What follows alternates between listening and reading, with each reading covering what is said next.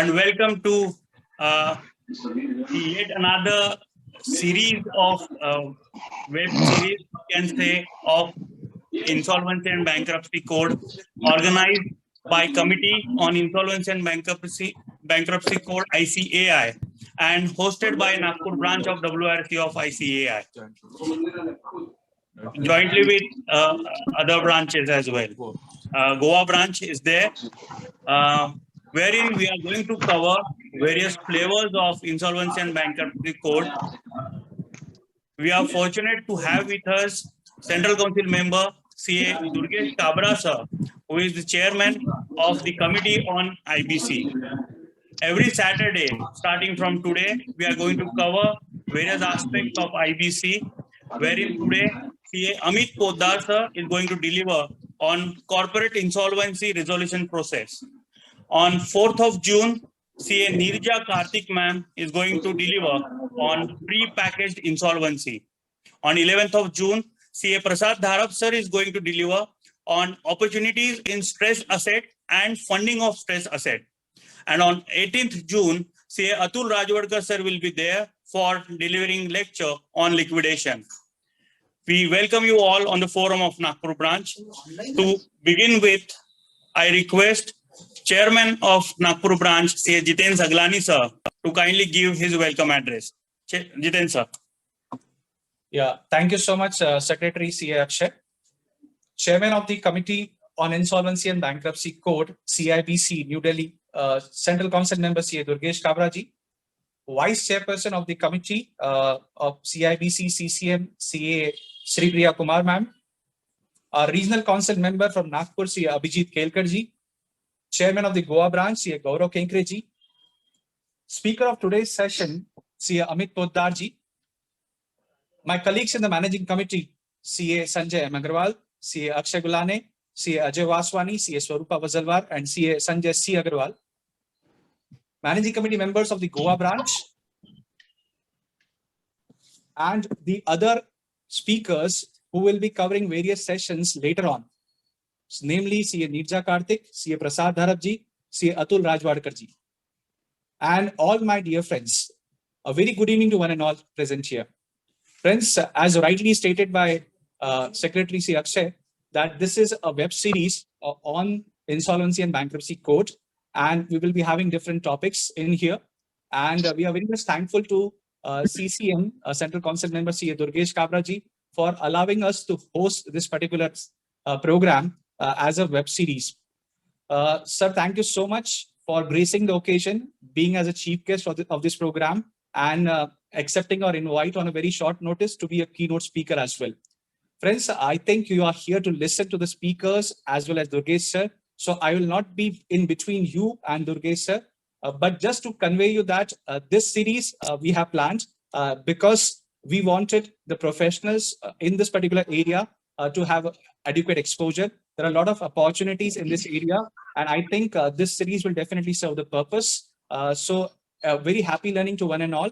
And in case of discussing the future programs, I wish to convey you that we are having one more session on taxation, that is reassessment of way ahead on 31st of May. Post that, we are having the taxation series as well. And there is an international taxation series as well that is planned. So do stay tuned with Nagpur branch for many more such programs, and we'll be connecting you all the way through. Thank you one, thank you all. Thank you once again, Durgesh sir. Over to you, Akshay. Thank you so much, Chairman sir. Friends, we have with us Chairperson of Goa branch as well, CA Gaurav Kenkre ji. I request Gaurav sir to kindly give his welcome address. Gaurav sir, over to you. Yes. Thank you so much, Akshay ji. Very good evening to all the participants. Welcome to our chief guest, CA Durgesh Kabra ji, Central Council member and chairman of the IBC committee. Also, a very warm welcome to CA Sri Priya ma'am, Central Council member and vice chairperson. CA Abhijit Kelkar sir, RCM from Maharashtra also, welcome to you sir.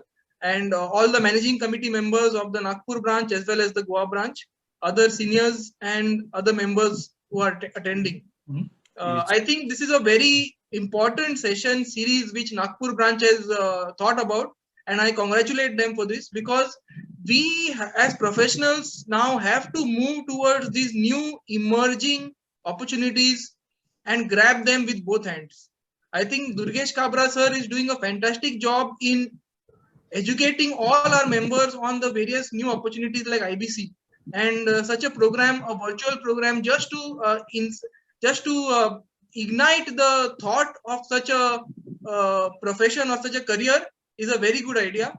I am really appreciating this move, and we as at the Goa branch also, our challenge always is that even if we want to do such out of the box programs, since we are a small branch, the getting numbers is very difficult for us. So it's always helpful for us when larger branches like Nagpur branch helps us out in such kind of events. So I would like to thank the Nagpur branch once again, thank Durgesh ji once again, and hand it back to the MC, C. Akshay ji. Thank you so much, Gaurav sir. Friends, we have with us CA Durgesh Kabra ji, Central Council member. And before we are going to listen to him, I request Vice Chairperson of Nagpur branch, CA Sanjay Agrawal sir, to kindly briefly introduce CA Durgesh Kabra. Sanjay sir, over to you. Sir, kindly unmute sir. Thank you, Akshay sir. Am I audible? I feel immensely proud to introduce CA Durgesh Kabra sir, who follows the idea of Swami Vivekananda that perfection does not come from belief, faith and talk, but comes through selfless work. Sir always demonstrates this by maintaining close relationship with his colleagues and other CA members and is always available for them. Durgesh Kabra sir is a founder and managing partner of DMKH and Company, Mumbai. Sir has vast experience in handling statutory audit and internal audit of corporate and banking. He is also having in-depth knowledge and experience of public issue, merger, acquisition and takeover of corporates. Sir believes in keeping pace with technology advances and constantly expand his IT origin to serve the society. Durgesh sir has served as a chairman of WRC of ICI in 2012-13. During his chairmanship, WRC got the Best Regional Council Award and Best Student Association Award from the ICI. Sir currently chairman of Committee on Insolvency and Bankruptcy Code of ICI. Sir is also actively associated with various social organizations, mainly Akhil Bharati Maheshwari Mahasabha, Bharat Vikas Parishad, Goregaon Sports Club, etc. Sir is also a member of Finance Committee of Veer Jijamata Technical Institution, Mumbai. Sir has been awarded with Yuva Pratibha Samman by All India West Federation, Mumbai, and Rajiv Gandhi Samrastha Award by Samrastha International Congress, Jaipur. Durgesh भाई के लिए जितना कहा जाए उतना कम है. एक ऐसी पर्सनालिटी जो दोस्तों के लिए बहुत अच्छे दोस्त हैं और जिन दोस्तों को कभी कोई कमी महसूस नहीं है, ऐसे शख्सियत का मैं नागपुर फोरम पे स्वागत करता हूं. वेलकम दुर्गेश भाई and give a big round of applause to Durgesh Kabra sir. Thank you so much, Sanjay sir. Friends, without wasting much of your time, I request Chief Guest of our inaugural session, say Durgesh Kabra sir, to kindly address the gathering. Thank you, Okay, Akshay. sir, we are eagerly waiting. Yes. Thank you, Akshay. Jiten Saglani, the chairman of the Nagpur branch, Gaurav Kenkre, chairman of Goa branch, secretaries of Goa and Nagpur branch, both Vaibhav as well as Akshay, Vice Chairman Sanjay Agarwal of Nagpur branch, Ajay Vaswani, Swarupa, and the speaker for the first day and first session, Amit Poddar, and all other committee members and coordinators of the program. Thank you very much for giving me an opportunity to be part with the program which is being organized with our committee, CIBC, jointly with the Nagpur as well as Goa branch, where on 4 days there will be a learning about the Insolvency and Bankruptcy Code of India. Friends, good evening to all of you. And on behalf of the CIBC, we welcome you all to this VCM series, which is known as Virtual CPE Meeting Series on IBC, which will be there from 28th May to 18th of June, 4 Saturdays. And I'm sure that members who are attending this will have a good knowledge to serve as supporting services to the insolvency and bankruptcy professionals. Friends, let me tell you that before the enactment of the Insolvency and Bankruptcy Code 2016, in India, there was no single window resolution available, and the jurisdictions was with multiple agencies with overlapping powers, leading to delays and complications in the process of the insolvency resolutions. To overcome all these changes and challenges, the code was implemented as a singular platform for insolvency process. The code provides a low time resolution and defines fixed time frame with the intentions to strike the right balance of interest of all the stakeholders. Friends, the resolution is to be done in 180 plus 90 to 70 days. And every activity under the code is time bound, and there is a time frame available for every activity. Since the enactment of the Insolvency and Bankruptcy Code 2016 over the last 5 years, we all are aware how the code is evolving continuously, and developments are taking place regularly for effective implementation of the legislation. And because of the effective implementation of this legislation, the ease of doing business rating of India has jumped like anything. Before IBC, the ease of doing business rating by the World Bank organization was 131, and today we are standing on 63. So almost 50% rise has taken place.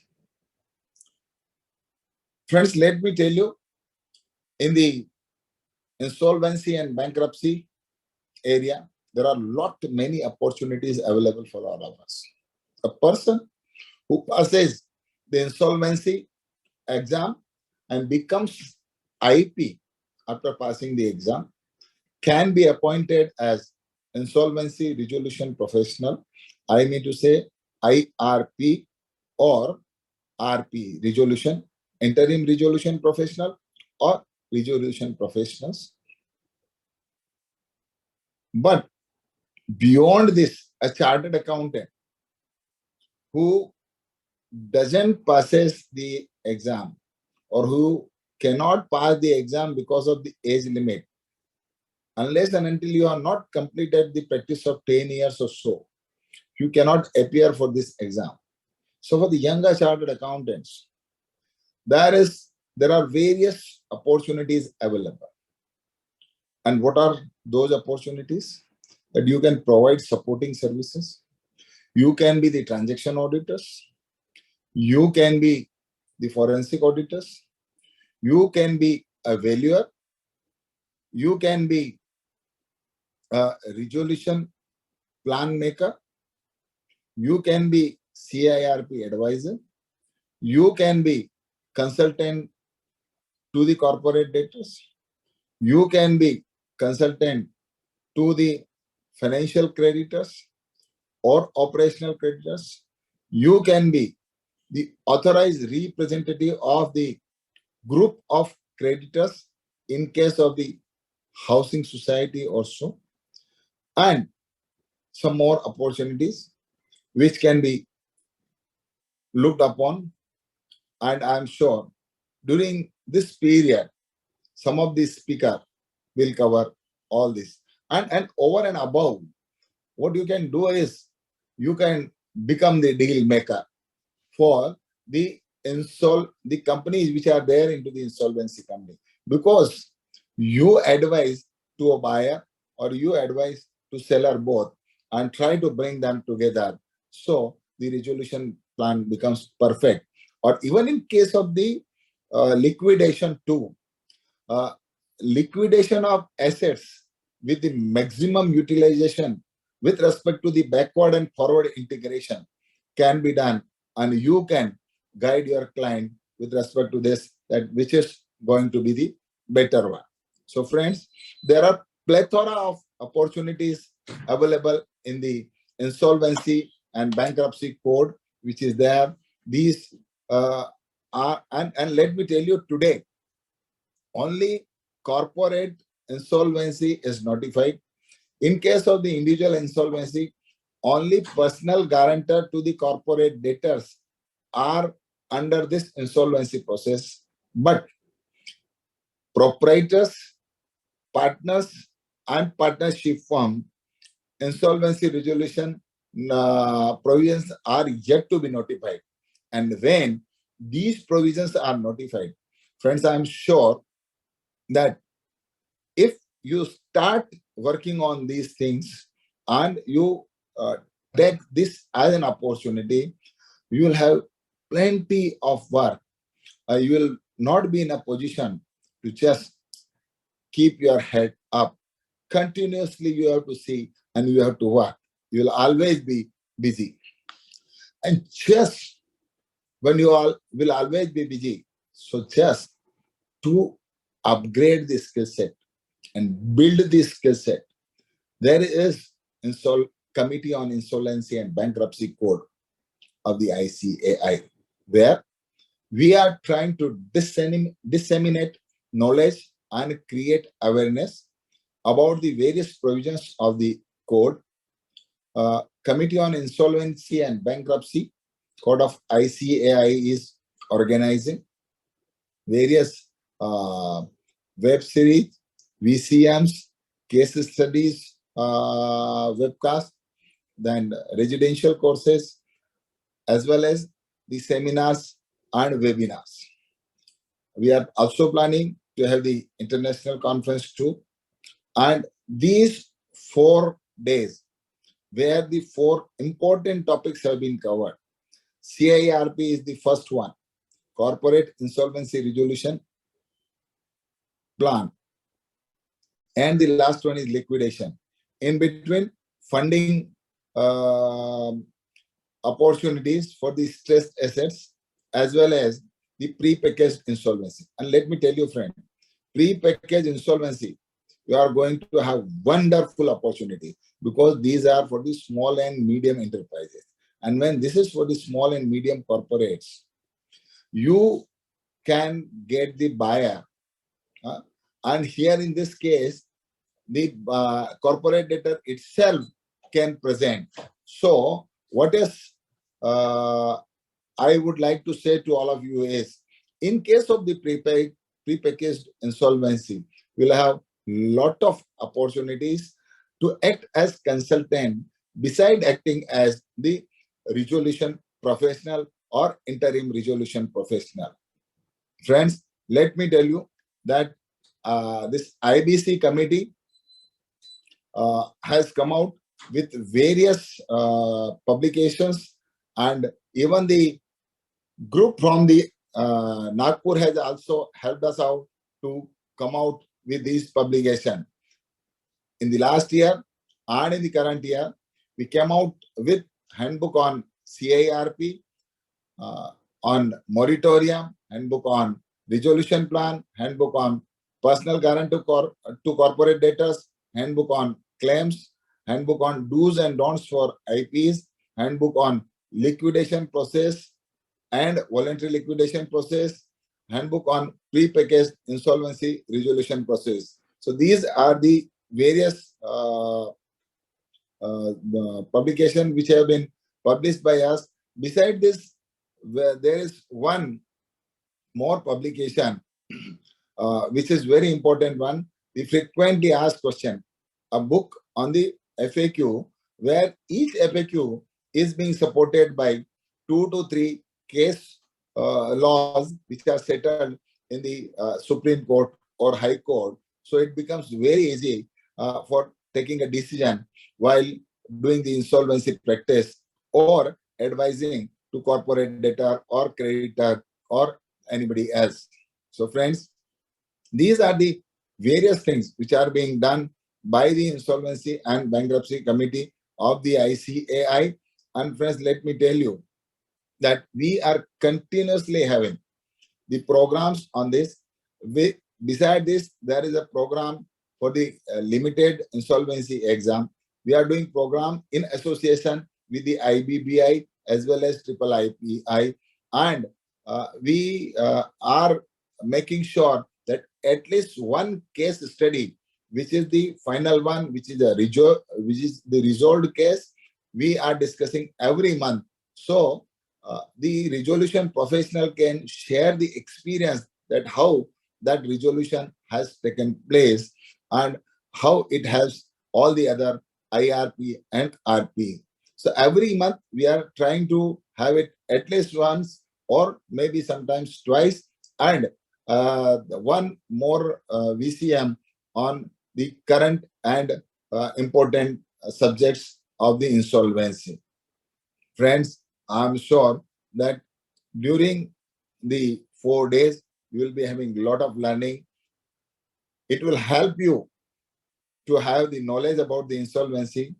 If you wish to prepare for exam, then also I am sure that this will help you out and you will be in a position to pass the exam too. So my humble request to all of you, take it seriously and think of this another opportunity as a new opportunity for all of us, because the audit profession is becoming day in, day out challenging, and compliance practice are going to be reduced.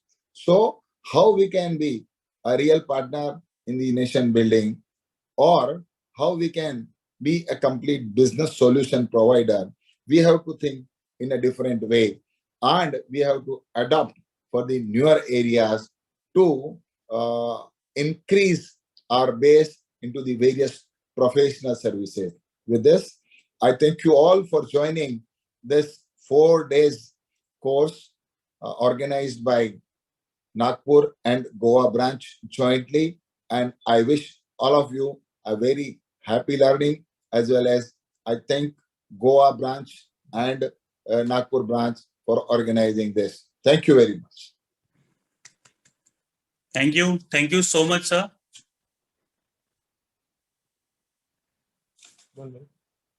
Thank you so much, Durgesh sir, for briefly elaborating about the activities done by the Committee on IBC. Furthermore, I request the Secretary of Goa branch to kindly offer formal vote of thanks so as to start the technical session immediately. Vaibhav sir, over to you. Yes, thank you, Akshay. On behalf of Nagpur branch and Goa branch, it's my privilege to propose vote of thanks. Very thankful to Durgesh sir, CCM member and chairman of the IBC committee, for his inspiring words and briefly introducing topic and inspiring all of us to think about this as a professional option. I'm also thankful to CA Shripriya madam, vice chairman of the committee, and entire IBC committee team for coordinating with us in organizing this webinar. I'm also thankful to CA Kelkar, RCM member, for guiding us throughout in organizing this session. Lastly, I thank all the participants for joining this and making this successful. And a special thank on behalf of the Goa branch to entire Nagpur Management Committee for allowing us and joining with us for this webinar. And we hope to continue this partnership in future, not only virtually, but someday in Goa, physically, we will host a joint seminar. Thank you, everyone. Thank you. Thank you so much, Vaibhav, sir. Friends, we are immediately starting the first technical session on IBC. I request coordinator of the technical session, CA Ajay Vaswani, to kindly take over. Durgesh, sir, thank you so Very much. soon we are planning to have residential refresher course of this committee, Insolvency and Bankruptcy Committee in Goa. Yes, so sir. probably you'll get the opportunity. Yes, We are sir. Most thought of. welcome, The most welcome. WRC is planning. Yes, sir. Yes, Yes, sir. Most yes. welcome, sir. It will be our pleasure. Thank you, Durgesh sir, for announcing that, and we too are looking forward to be part of that residential program. Thank you, Akshay sir, for giving this opportunity to coordinate the program. First of all, I would like to thank the chairman, of course, Durgesh Bhai Kabra, and vice chairman Supriya Kumar for having this opportunity to host the web series on insolvency and bankruptcy code to Nagpur branch jointly with Goa branch. And I welcome the first speaker of the series, C. Amit Poddar, along with all the faculty members who would be addressing us for the next 3 consecutive Saturdays. To have an introduction about faculty for the day, C. Amit Poddar, I request Managing Committee member C.A. Swarupa Vasalwar to introduce the speaker. Swarupa, over to you. Please unmute yourself. Thank you very much, Ajay. Very good evening to all our seniors and professional colleagues. Taking a step enhancing the knowledge bank of our members in practice, the Nagpur branch has organized this IBC series starting from today. On behalf of Nagpur branch, again, very enhancing and enriching session. We have with us CA Amit Poddar as speaker for today's session. He will be enlightening corporate insolvency resolution process. Introduce him. Amit sir has served as a banker for a short period of 2 to 3 years with the private banks post qualifying his CA final examinations. Presently, he has a rich experience of more than 17 years in practice, where his area of expertise involves areas such as financial consultancy, project consultancy, auditing, taxation, corporate law, prominently as in. He is a registered insolvency professional with Insolvency and Bankruptcy Board. He is a promoter cum shareholder at KLASS Class Insolvency Resolution and Professionals Private Limited, an IP entity. This entity has more than 12 directors and presence in 9 states across India. He has successfully handled various cases of insolvency resolution process and has served as a liquidator. Friends, with this brief introduction of our speaker for the session, I welcome Amit sir and hand over the session to coordinator to take it further. Thank you very much. Thank you, Swarupa, for having the introduction of the faculty for the day, C. Amit Poddar sir. So friends, it's time now to listen to the eminent faculty, CA Amit Poddar. Sir, the platform is all yours. Please take us through your presentation. Thank you so much, Ajay.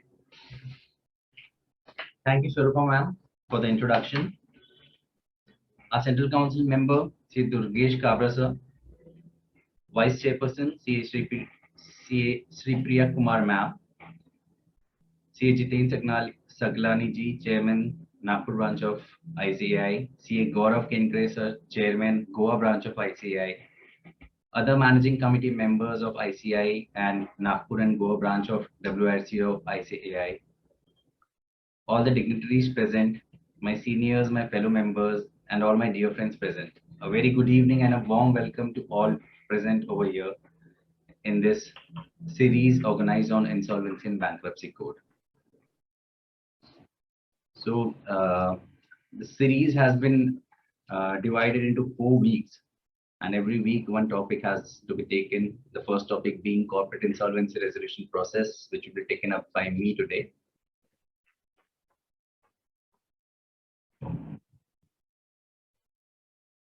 Ajay, Yeah, I'm making you the. should I share the screen? Yeah, just I will request the admin to make Amit Poddar sir co-host. Yes, sir. Yeah. So the moment you are co-host, you can share the screen. Yes, sir.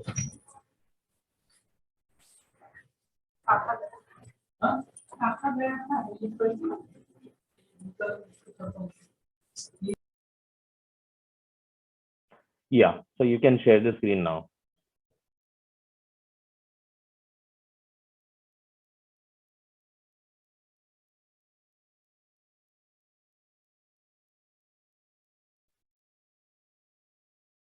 Yeah, your screen is visible.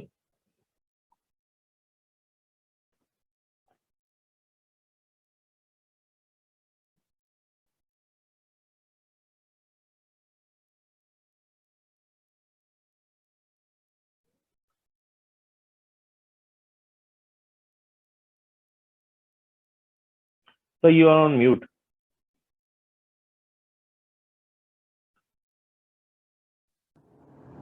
Yeah. Yeah. Am I audible now? Yes, sir. Yes, sir. Please Yes. continue. So friends, coming on to our topic for today, corporate insolvency resolution process.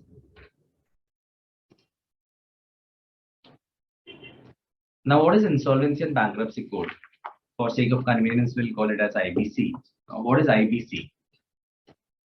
In one line, we can say that in case of default by the equity owners to meet their debt obligations, whenever the equity owners default in the debt obligations, the control is shifted to the creditors and the equity owners take a backseat. That is, the control of the company, the assets gets transferred to the creditors.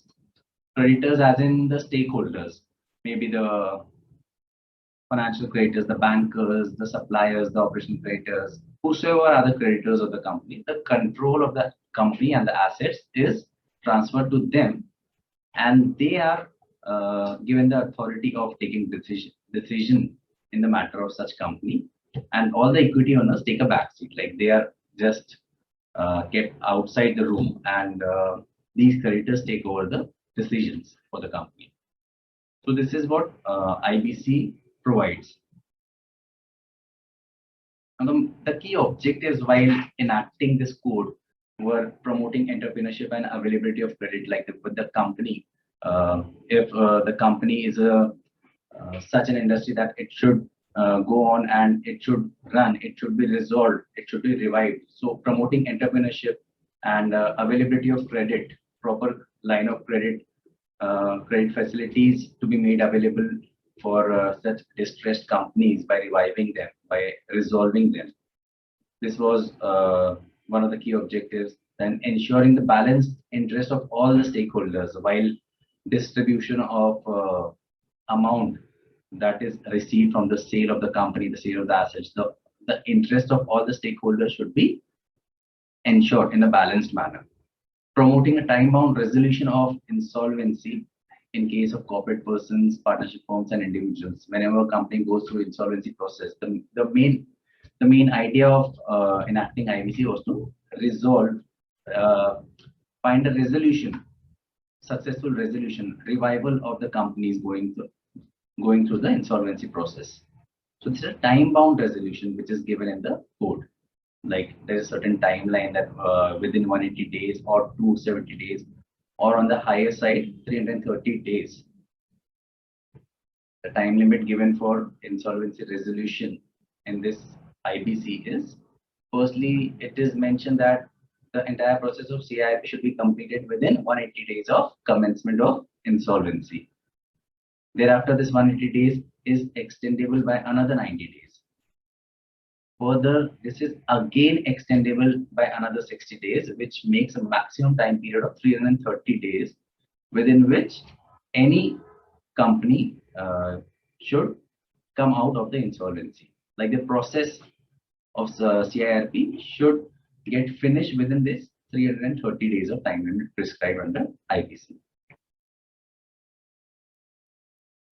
Now, before going ahead, we should be well versed with some of the terminologies used in CIRP. First is default. What is a default? When a company can be taken into insolvency. Any company can be taken into insolvency on non-payment of debt when whole or any part of the installment of the amount of debt has become due and payable and is not paid by the debtor or the corporate debtor. Like any debt is due and any part of the installment of the debt, maybe interest or principal, it is not paid by the corporate debtor, then the corporate debtor is said to be in default. And the minimum threshold amount of default as prescribed under IBC is 1 crore. Friends, this minimum default amount was initially 1 lakh rupees. But since COVID, since March 2020, this minimum default amount has been raised from 1 lakh rupees to 1 crore rupees. So now any company having a default of more than 1 crore rupees can be taken under insolvency. Now, who is the corporate debtor? Like this is a terminology used for a person undergoing insolvency. Corporate debtor under CIRP is a person who owes a debt to any person and who has defaulted in payment of his debt. So under CIRP, a corporate debtor can be either a company or a LLP. Like those personal insolvency cases, there in the other debtors, corporate debtors will be individuals, partnership firms. But under CIRP, we have corporate debtors as companies and LLPs. Now, apart from corporate debtor, there are financial creditors and operational creditors in CIRP process. So the financial creditor is any person to whom a financial debt is owed and includes a person to whom such debt has been legally assigned or transferred to. What does this mean? A debt has been legally assigned or transferred to, like in past few years, we have come across many cases wherein a bank assigns their or sells off their loan portfolio to NBFCs or ARCs, like a bank who sells their number of accounts to ARC, who takes over these accounts. So this is nothing but assigning their debt. So if suppose there was one bank, SBI, who has assigned their loan account to RCIL, so now RCIL can be a financial creditor. So any person to whom a financial debt is owed is called a financial creditor under CIRP. Similarly, operational creditor, a person to whom an operational debt is owed and includes any person to whom such debt has been legally assigned or transferred. So there are operational creditors. Now, operational creditors include many entities like all the suppliers, all the service providers as if all the even the auditors, if the auditors are having any dues towards the company, so they'll also be termed as operational creditors. Now even the government dues such as income tax dues, GSTs, excise, professional tax dues, all such dues are also termed under operational creditors. Even the workmen employees, they are also termed under the operational creditors only. Now, what is insolvency commencement date? It means the date of admission of an application for initiating CIRP by the adjudicating authority. Adjudicating authority is NCLT, will come on to that. So, whenever we file an application against any company to take that company under insolvency, so there are multiple hearings held in that matter. And when finally the court is satisfied that this company is fit to be taken into insolvency, then the court passes admission order admitting that application, which is the date of insolvency commencement. So we call it that the date of admission or the date of commencement of CIRP. Then the adjudicating authority is the court which is authorized to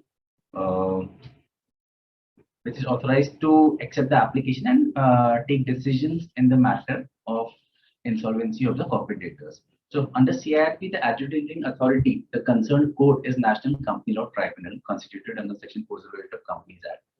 So this NCLT has certain jurisdictions, like certain states are NCLT of this Maharashtra state, and Goa is situated at Mumbai. So in all, there are 15 such National Company Law Tribunals across India who take care of various states across India. Some NCLTs are serving 2 or more states. So adjudicating authority is NCLT, National Company Law Tribunal, and the appellate authority under this is NCLAT, National Company Law Appellate Tribunal, which is having only one bench at New Delhi. And the last appellate authority is Supreme Court. Anybody aggrieved from NCLT's order can go to NCLAT, and anybody aggrieved from NCLAT's order can approach Supreme Court. Now we have insolvency professional. Who is an insolvency professional? Any person who is enrolled with an insolvency. Any person who is enrolled with an IPA, Insolvency Professional Agency, as its member and registered with IBPI as an insolvency professional under Section 207. So whenever we Durgesh Kabra sir gave us an insight about the passing of limited insolvency examination. So whenever we clear that examination, we get ourselves registered, we get a degree of insolvency professional. We are called as IPs, insolvency professionals. So under CIRP, an insolvency professional can be appointed either as IRP, interim resolution professional, or a resolution professional RP, or as a liquidator. So the IRP is appointed for a term of initially 30 days. Thereafter, within first 30 days of CIRP, the committee of creditors meet and they decide to appoint the RP in that matter to take things forward. So IRP is there for 30 days, then the COC decides whether to continue with the same IRP or to replace the IRP and appoint another RP. But after 30 days, RP has to be there. So the COC decides within 30 days appointment of RP. So in a CIRP process, we have IRP and RP mandatorily. And if the matter is resolved successfully through a resolution plan, then there won't be any liquidator. Otherwise, if there is no resolution plan approved in the matter, then the third IP, that is liquidator, also comes in the process. Now, the liquidator can be the same person, the RP, or he may be a different person also. Now, who can initiate CIRP? Like as we mentioned that the corporator, the person who is undergoing insolvency will be either a company or the LLP. Now, who can take a company or LLP under insolvency? Who can file insolvency against the company? There are three categories of persons who can file insolvency. First, the financial creditors, who are the banks or the financial institutions or ARCs, or even the unsecured loan providers, like the companies many times take loans from markets, they raise funds from markets, unsecured loans. Even they will be termed as financial creditors because they have given a financial debt to the company. So they also can take the company into insolvency. These are financial creditors. Then we have operational creditors, who are creditors for supplies and services, like all the suppliers who supply goods and services to the company, all the professionals who provide services to the company.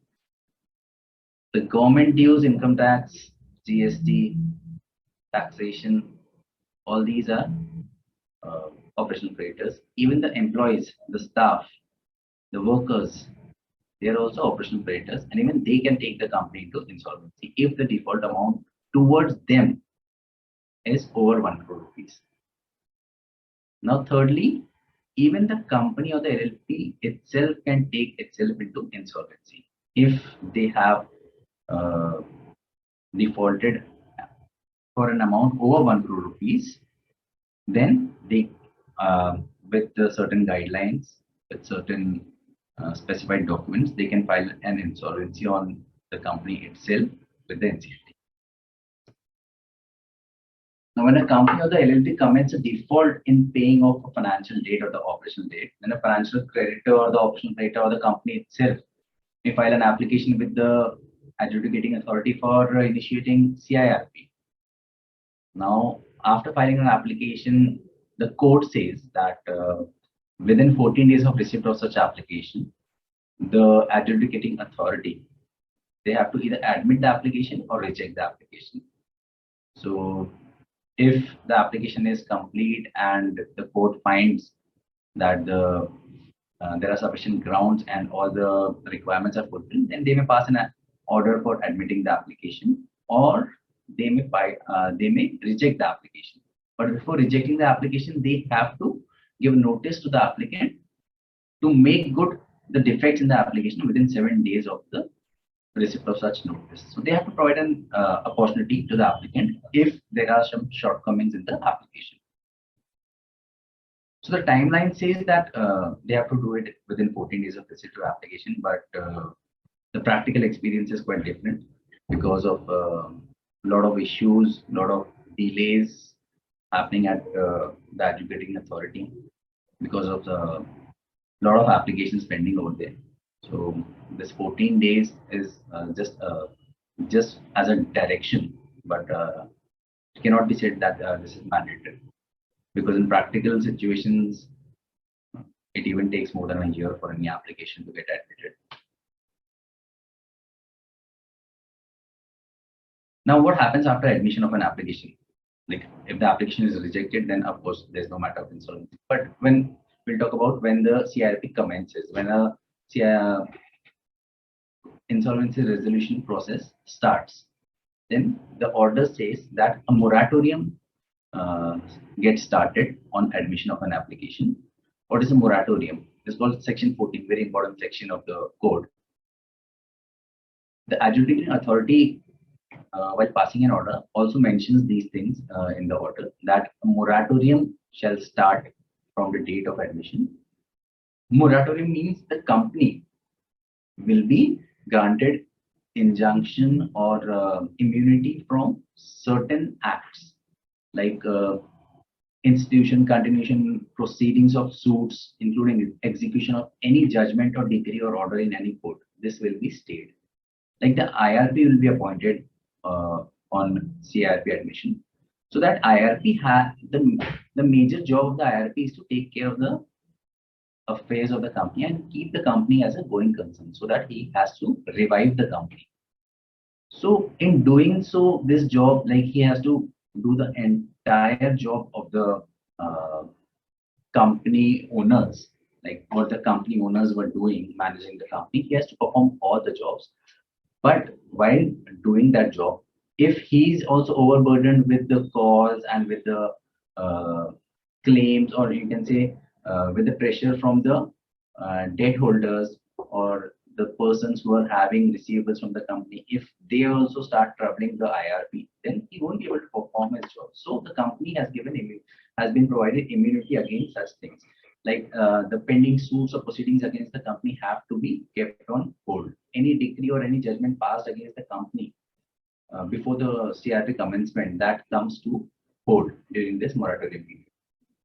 Now, there cannot be any transfer or encumbrance or alienation or disposal of assets or the legal right or beneficial interest in the company.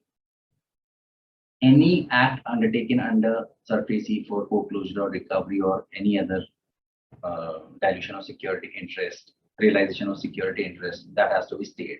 Any action undertaken under SARFAESI by any financial institution also, that has to come to a stay. Recovery of any property by owner or lessor where such property is occupied by the corporate debtor. So if the corporate debtor was using any of the asset on lease also, and his company was running because of that asset, then after going into insolvency, after admission of the order, the lessor of such asset cannot come to the IRP and say, please give back my asset. I don't want to continue with the lease. Even the lease agreement expires, the IRP has a right that it has to be renewed if the IRP is able to pay the monthly lease rent to the lessor. Then the lessor cannot say that, no, I don't want to continue with the lease agreement. I don't want to renew it. I want my asset back. No, he cannot do that. Under moratorium, he has to continue with the lease of any such asset. Now, what is the objective of giving this moratorium? Is that maximizing the value of the entity to continue operation. As I said, the IRP, if the major job is to continue the operation, keep the company as a going concern. Now, if it requires certain, you can say certain assets or certain support, so this support is given under moratorium. and there shouldn't be any additional stress on business. So the essential goods and services supplied to the cooperator cannot be terminated or suspended or interrupted during this moratorium period. What are these essential goods and services? These are electricity supply, the water supply, the internet supply. So these services cannot be stopped. Like MSEB can clearly say that they are having some pending dues and they won't be supplying electricity. But under moratorium, with a judgment given by NCLT, the MSEB has to supply the electricity to the IRP during this period if the IRP is paying the dues to MSEB on monthly basis. Then MSEB cannot stop the electricity supply. So there are other essential goods or services also which have to continue if the IRP is paying them their monthly rent, monthly dues. The central government, in consultation with any financial regulator, may specify such additional transactions to be as essential goods or services also. So the moratorium starts from the date of admission of application by adjudicating authority, and it ceases to have effect from the date of approval of resolution plan by court or passing of liquidation order by the court. Now, we're talking about once the application is admitted, IRP is appointed, the moratorium starts. So there might be cases wherein the court has admitted the application and the CIRP has commenced, but suddenly after commencement of CIRP, the applicant who had filed insolvency, he realizes, the corporate debtor realizes that the insolvency shouldn't have commenced, and they come to a amicable settlement amongst themselves, and they decide that okay, we want to terminate this insolvency. So there's a provision in the code that withdrawal of application admitted under these sections, like the FC, the application filed by FC, application filed by OC, or application filed by corporate debtor. If these applications are to be withdrawn, the admitted applications, so there's a provision wherein it says that the committee of after admission of CIRP, a committee of creditors has to be formed by the IRP within 23 days. This committee of creditors will discuss what is this committee of creditors. So this committee of creditors, once formed, they take care of all the decisions, all the major decisions during the CIRP process. Of course, the IRP takes and executes the decision, but approvals have to be given by the COC, committee of creditors. So this committee of creditors has to be formed within 23 days. So this withdrawal of application can be done before constitution of COC also, and after constitution of COC also. Before constitution of COC, if this withdrawal of application has to be done, then that has to be done by the IRP. The application for withdrawal has to be filed by the applicant to the IRP. He has to give the application to the IRP, and the application has and the IRP has to file the application with the adjudicating authority within 3 days of its receipt.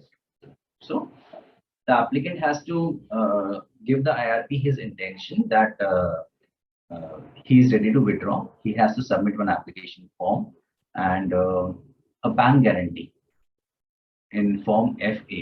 That bank guarantee is that for all the expenses that might have been incurred by the IRP during that period from CIRP commencement to the date of withdrawal, all the expenses, the paper advertisement, the other appointment of other professionals, or whatever efforts he has taken, his professional fees for the entire period, entire 1 month, everything. So a bank guarantee has to be provided by the applicant to the IRP that he is ready to pay the expenses.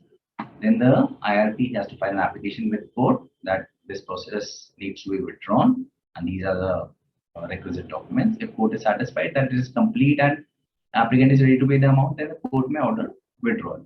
But after formation of COC, if the application has to be withdrawn, then it requires an additional approval of 90% of COC voting shares. Only then the RP can file an application with the court for withdrawal, and the court will again pass an order for withdrawal approval within 3 days of receipt of such application. So this is the process of withdrawal, the option of withdrawal given under the code. Now we'll come again back to CIRP process. Once the CIRP admission is done, moratorium gets started. IRP is appointed. Who is IRP? It is an IP who has been named as IRP for initial 30 days, interim resolution professional. That's the word interim. He is there for only for interim period of 30 days. So at the time of appointment given by court, his appointment is for 30 days. However, unless the new RP is appointed, he has to continue his appointment.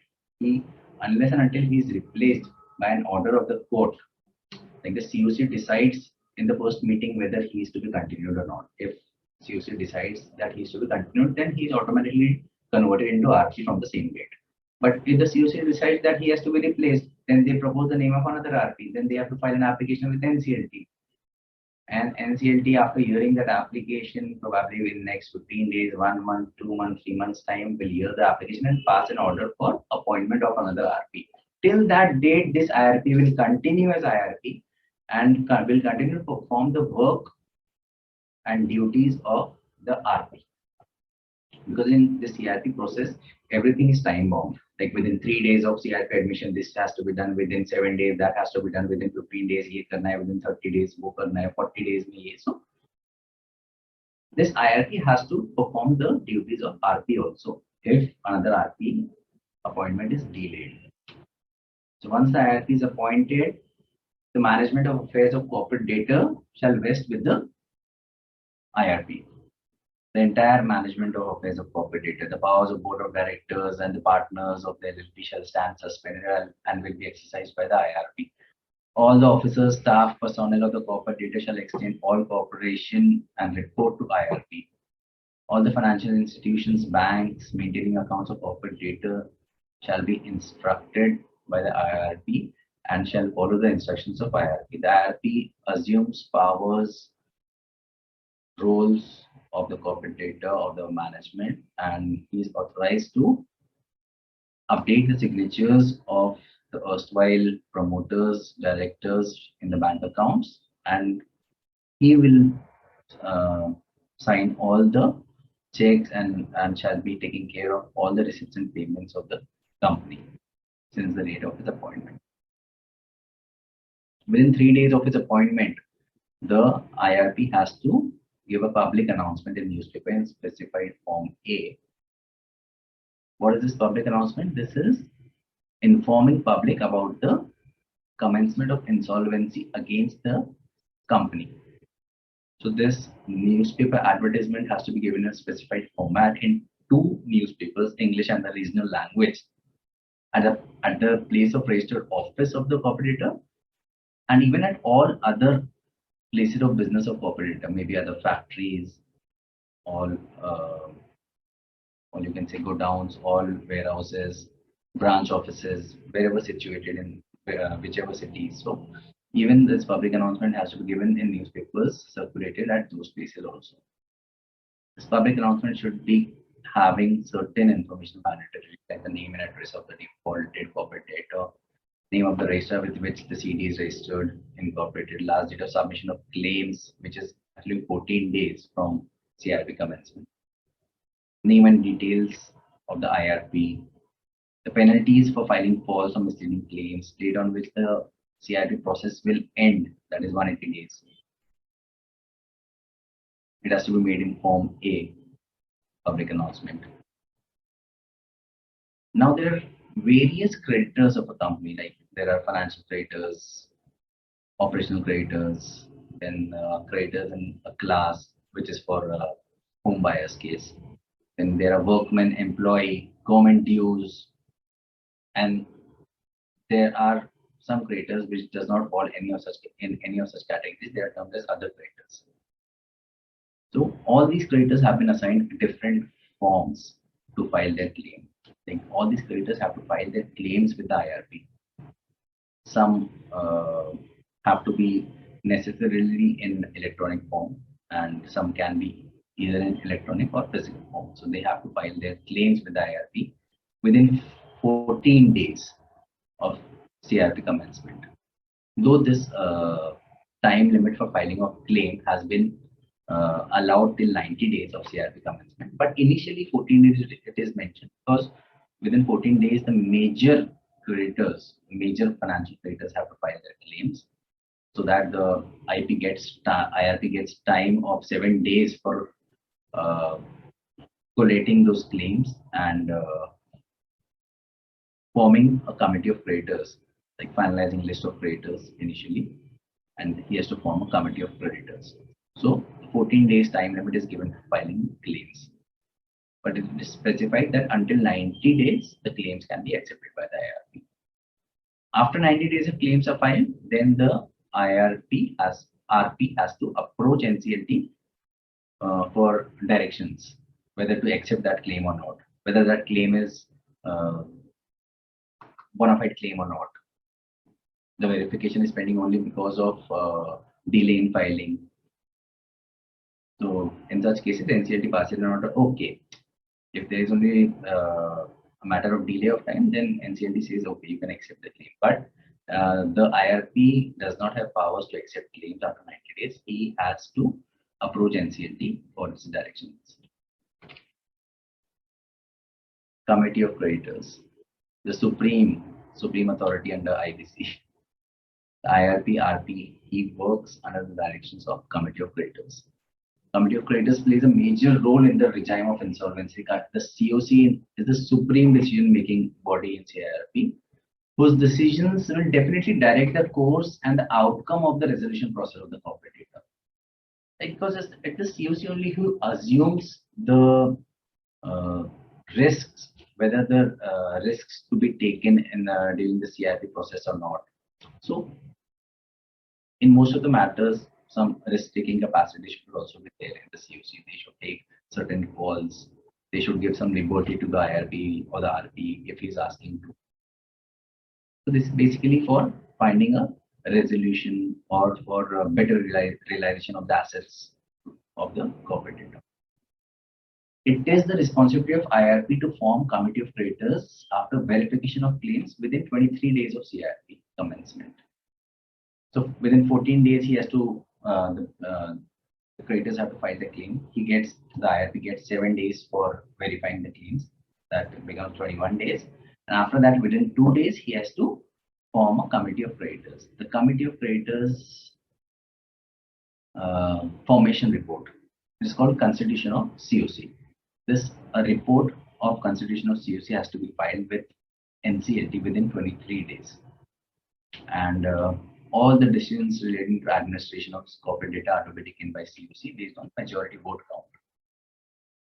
Now, the COC comprises of only financial creditors, maybe secured financial creditors like there are banks, financial institutions, or maybe unsecured financial creditors, maybe some market loans, or there are NBFCs also who provide loans to the company, just unsecured loans.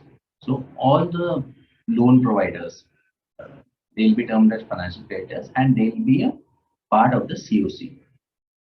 And if there are no financial debts in any companies, now you'll say keep financial debt any to how the company can go into insolvency. It can have other operational dues also, no? Supposedly a company is not paying dues to its suppliers, so but is not having any financial debt. So in such company, if there are no financial debts, then how will the COC be formed? In such cases, then the committee will be formed only with operational creditors as per the criteria specified by board. There's a criteria like if there are only operational creditors, then the top 18 of operational creditors become the COC members. There are certain criteria given. So with operational creditors also the COC can be formed. Now after formation of COC, the first meeting of the COC has to be taken by the IRP within 30 days of CRP commencement. So COC is formed in 23 days. Within 7 days, the IRP has to conduct the first COC meeting. And the notice for the COC meeting should be minimum 5 days notice. So maximum by 25th day, he has to circulate the notice. And by 30th day, he has to conduct the COC meeting. So these are timelines. Now, COC meetings are conducted always by the IRP or the RP. They are the chairperson for the meeting. They have to conduct the meeting. They have to circulate the notice, not less than 5 days notice. This notice period can be reduced from 5 days, but should not be less than 24 hours. And in case of authorized representative of any financial creditor, not less than 48 hours. So this has to be approved in COC meeting only. Only then this notice period can be reduced for subsequent COC meetings.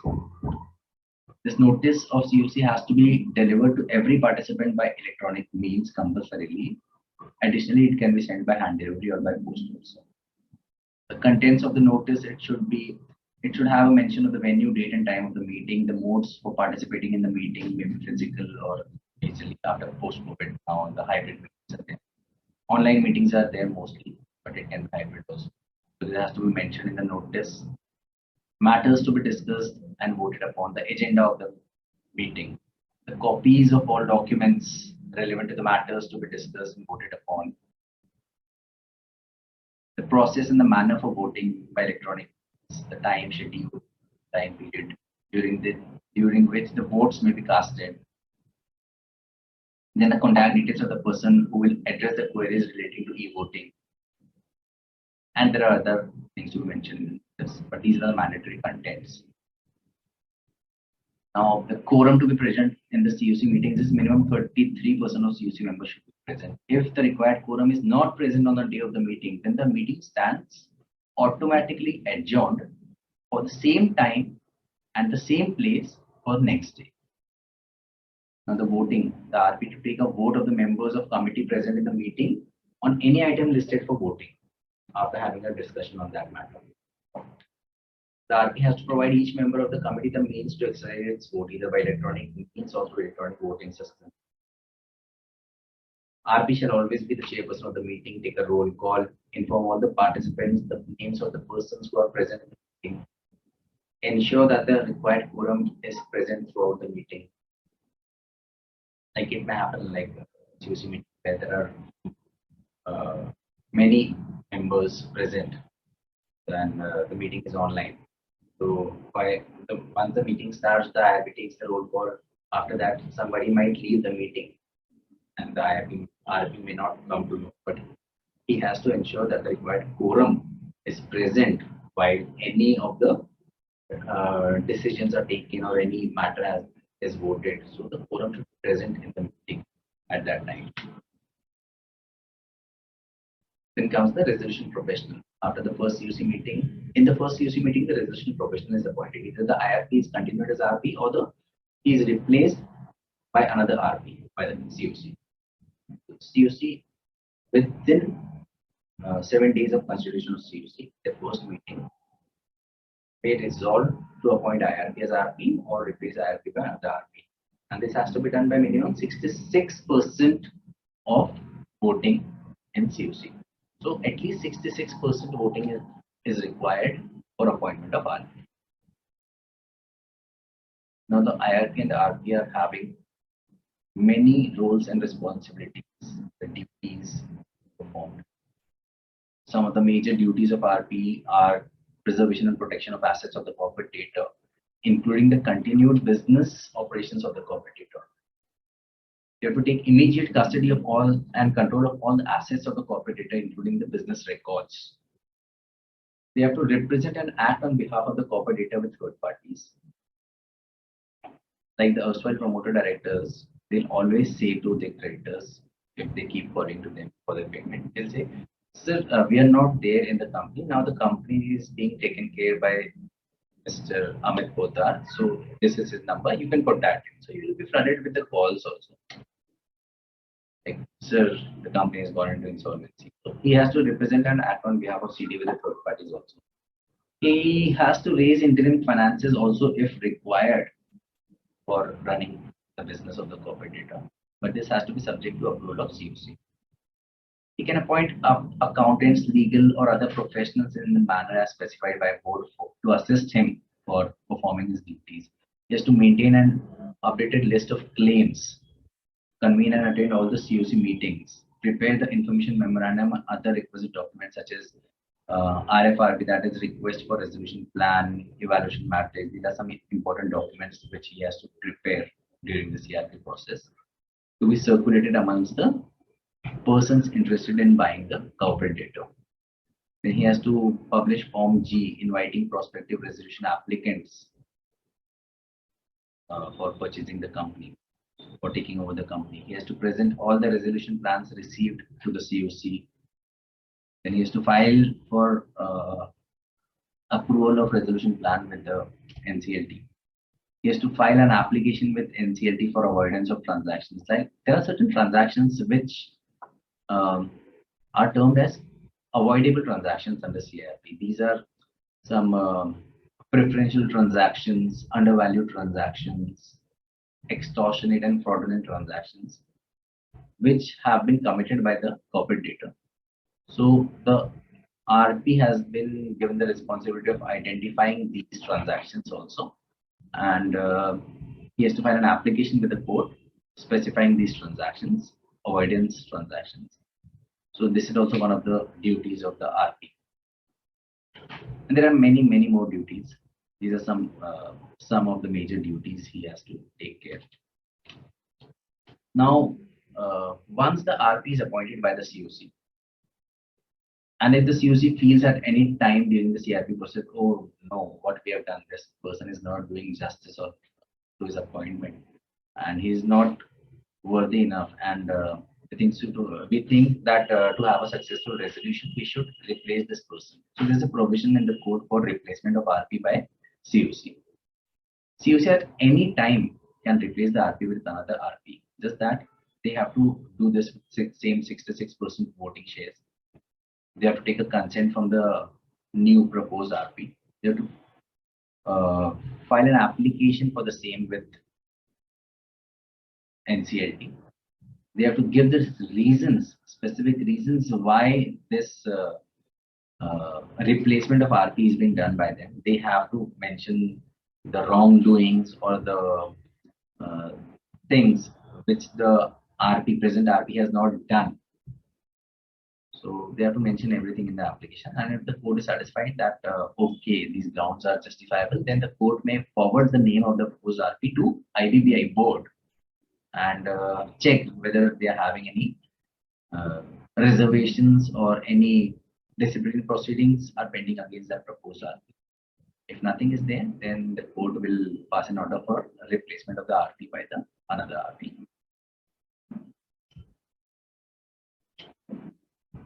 Then the RP has to take approval of COC for certain actions. Majorly for all the actions of the RP, he has to, IRP or RP, they have to take majority of voting for all the actions, except for certain actions which require 66% voting of COC. 66.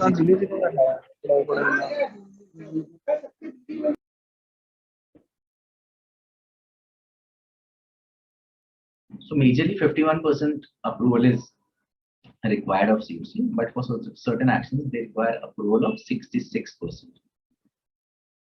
For raising an interim finance during the CRP process, for creating any security interest over the assets of the corporate debtor, changing the capital structure of the corporate debtor, recording any change in the ownership interest of corporate debtor, like pledging any shares or selling any shares of the corporate debtor, giving instructions to financial institutions maintaining accounts of CD for a debit transaction in excess of the amount decided by COC. Like for a running concern, the COC may decide a threshold limit of say over 10 lakh of payment in a single check has to be get approved through COC. So he has to take approval of COC for any such transaction. For undertaking any related party transaction, for amending any constitutional document of corporate data. There are many such things, and making any change in the management of the corporate data. So all such things require approval of COC by the RP. Even appointment of auditors, getting the audit done of the company during the CRP process, it has to be get approved through COC. The appointment of such professionals, any professionals, has to be done through approval from COC. Now, there are certain professionals which are specified under CIRP, like the valuers, the forensic transaction auditors, or the auditors, the statutory auditors. So, majorly the valuer and transaction auditor are mentioned in CIRP. So, the most important is the valuation part, the appointment of valuers. The RP has to appoint a valuer within 7 days of his appointment. So, the RP has to appoint 2 valuers for each category of assets within 7 days, but not later than 47th day. So this means that if until 47th day of CIRP commencement, RP is not appointed, then the IRP has to take care to appoint the valuers before 47th day of CIRP commencement. 2 valuers are to be appointed who will give fair value and liquidation value of the property. Now there are 3 categories of assets which have been specified under CIRP. Those are like the company's assets have been divided into 3 categories. The asset side of balance sheet that has been divided into land and building, plant and machinery, and third is SFA.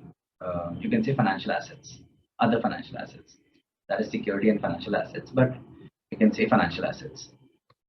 So land and building we know are immovable properties. Plant and machinery are movable assets, and other financial assets are all other assets apart from this. It may be intangible assets, goodwill, it may be any other thing, current assets, all loans and advances, all long-term loans and advances, cash, bank, everything. This comes under financial assets. So these are 3 categories of assets for which valuers are registered with IBBI for every category. So we have to appoint 2 valuers for each category. So in total, the RP has to appoint 6 valuers. Now these valuers will be provided with all the necessary documents of the corporate data, and they'll conduct the valuation of the corporate data and provide the reports of fair value and liquidation value, which is a very, very confidential thing during CIRP. This is not disclosed to anybody. Even the COC members are told the fair value and liquidation value. The valuation reports are shared with the COC members only after taking confidentiality undertaking from them for non-disclosure of these values. So in addition to this, the IRP or RP may even appoint other professionals, any other professionals to assist him in discharge of the duties. Like he can appoint other company secretary, he can appoint the auditors of the company, he can appoint any other professional expert to take care of the operations of the company. And all such appointment of professionals has to be done on an arm's length basis. There's a very strict vigilance on IRP or RP by the IBBI, by IPA, the Insolvency Professional Agency. His work is monitored on very strict basis. So he cannot perform any such acts. Any such appointment has to be on arm's length basis. A certain persons who cannot be appointed as professionals by the RP or IRP. The RP is relative, the corporate data is relative, auditor of the corporate data who at any time during 5 years preceding the insolvency commencement has worked for the corporate data cannot be appointed. A partner or director of insolvency professional entity of which the RP is a member, partner. He cannot appoint any partner or director of his own IPE. What is IPE? IPE is insolvency professional entity. Like the insolvency professions are also given an freedom to form their own group, form their own company. Like I'm a member of a company named KLASS Class. We are having 12 IPs registered as directors, partners in this company. So that is our IPE, which is registered with IBBI. So this is an insolvency professional entity, my IPE. I cannot appoint any director or partner of that IPE as a professional to assist me in this company. Like I cannot appoint any of those persons as auditor or valuer to perform valuation or audit in this CIRP process. That will be a conflict of interest. Now we come on to one of the most important document which the IP has to prepare during the CIRP. This is Information Memorandum. This is called a Bhagavad Gita of CIRP, of any matter. Information Memorandum is a document which contains all the relevant information required by any interested resolution applicant to make a resolution plan for acquiring the corporate data. So this contains all the information about the corporate data. Of course, there are some mandatory information to be put in into the IM, but the RP is free to put in any additional information also in the information memorandum. The RP has to prepare the IM, and the IM has to be circulated to each COC member in electronic form within 2 weeks of his appointment, but not later than 54th day from CIRP commencement. So, if RP is yet to be appointed, then IRP has to prepare IM within 54 days of CIRP commencement and circulate it to the COC. So, some important contents of IM is assets and liabilities of the as on CIRP commencement date, when the CIRP has commenced.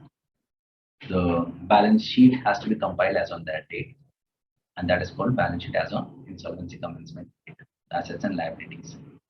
So that should come in the IM. The latest annual financial statements, the audited financial statements for past 2 years, provisional for the last year, and provisional for the CIRP commencement date.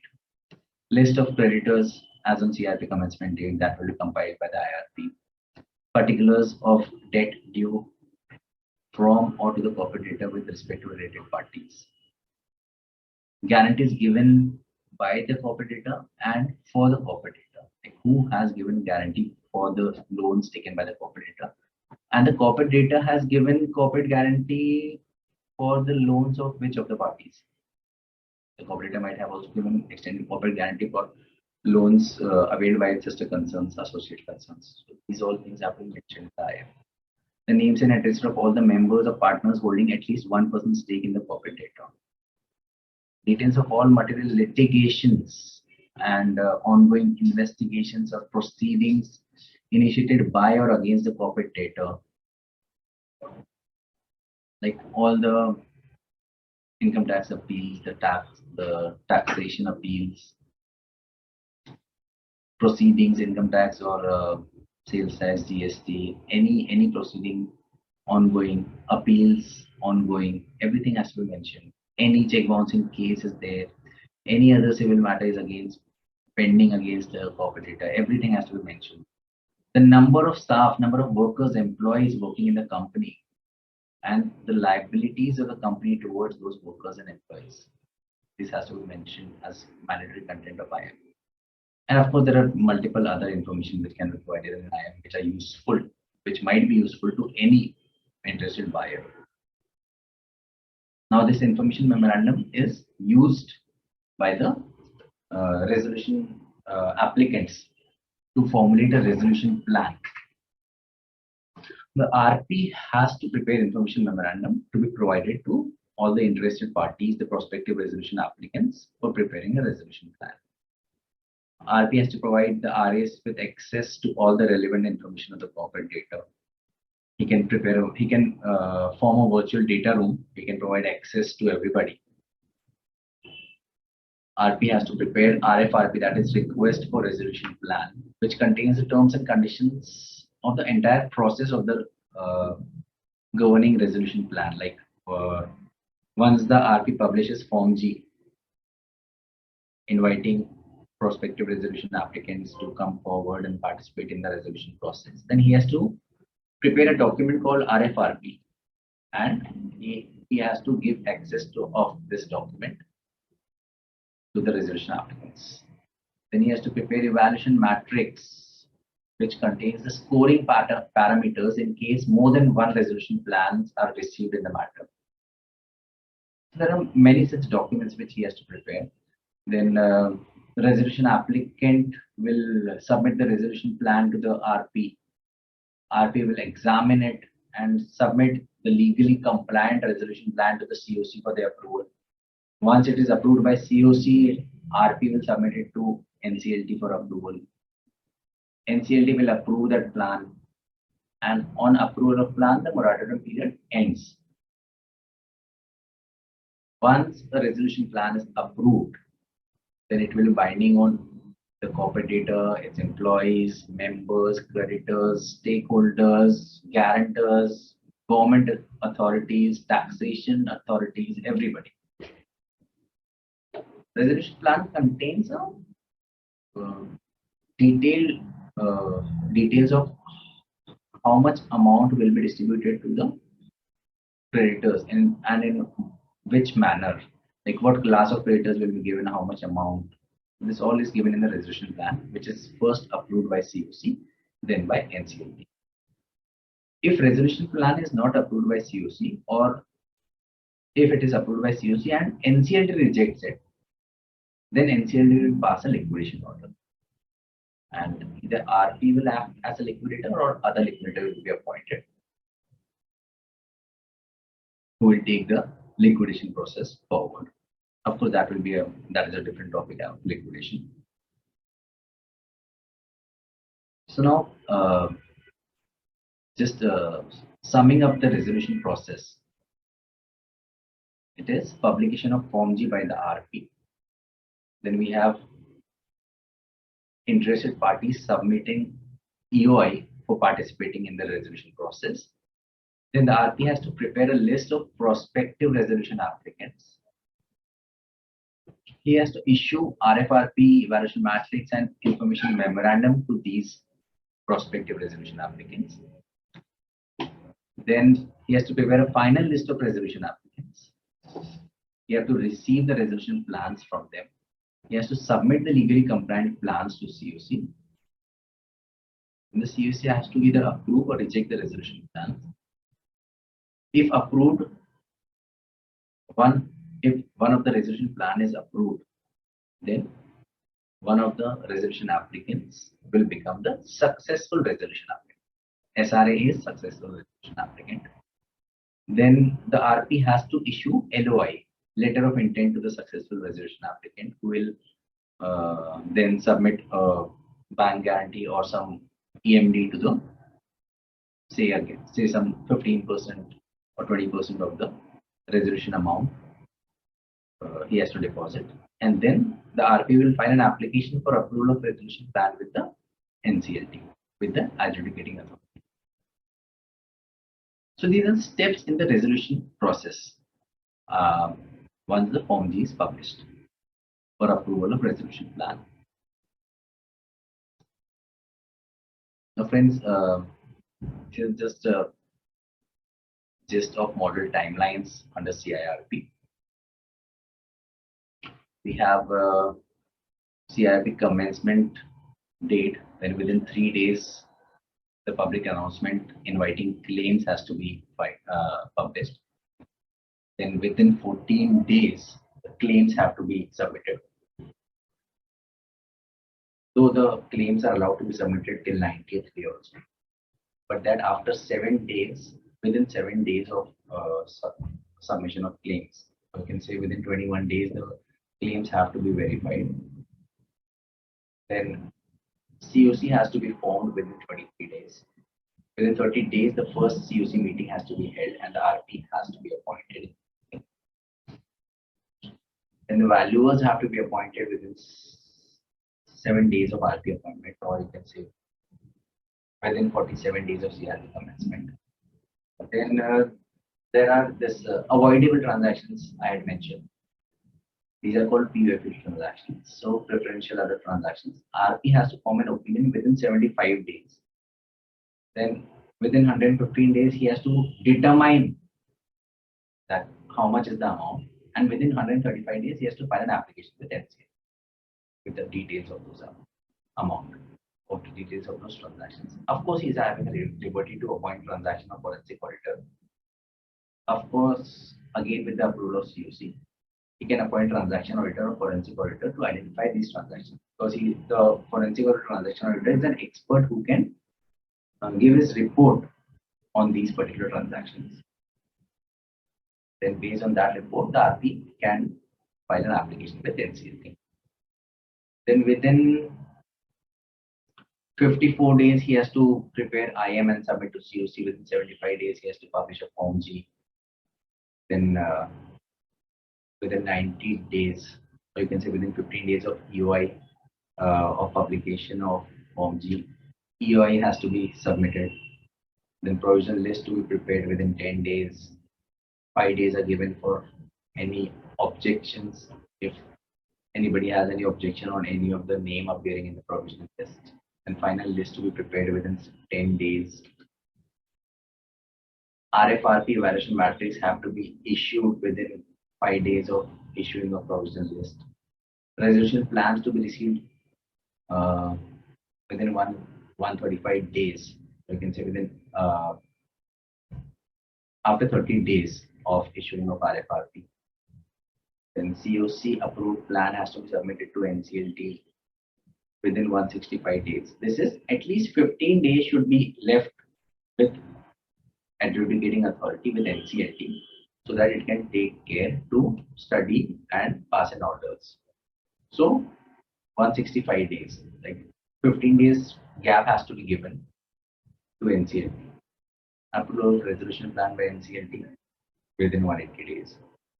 So these are model timelines which have been given under CIRP.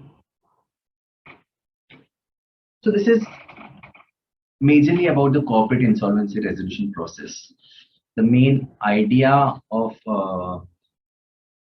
enactment of IBC was that any company which is a good company, the major idea of the government behind the enactment of this code was that any concern, any company which is a good running company and which adds value to the economy and just it is not being able to perform because of overburden of debt. Like there are many companies which have taken excessive debt and they're not able to service the debt, and because of which they are going into losses. But there are many such good companies who are running into losses just because of overburden of debt. So the government idea was that if there are any such companies who are adding value to our society, adding value to our economy, but they are not being able to survive because of overburden of debt, then such companies have to be taken out of their overburdened debt and they have to be revived.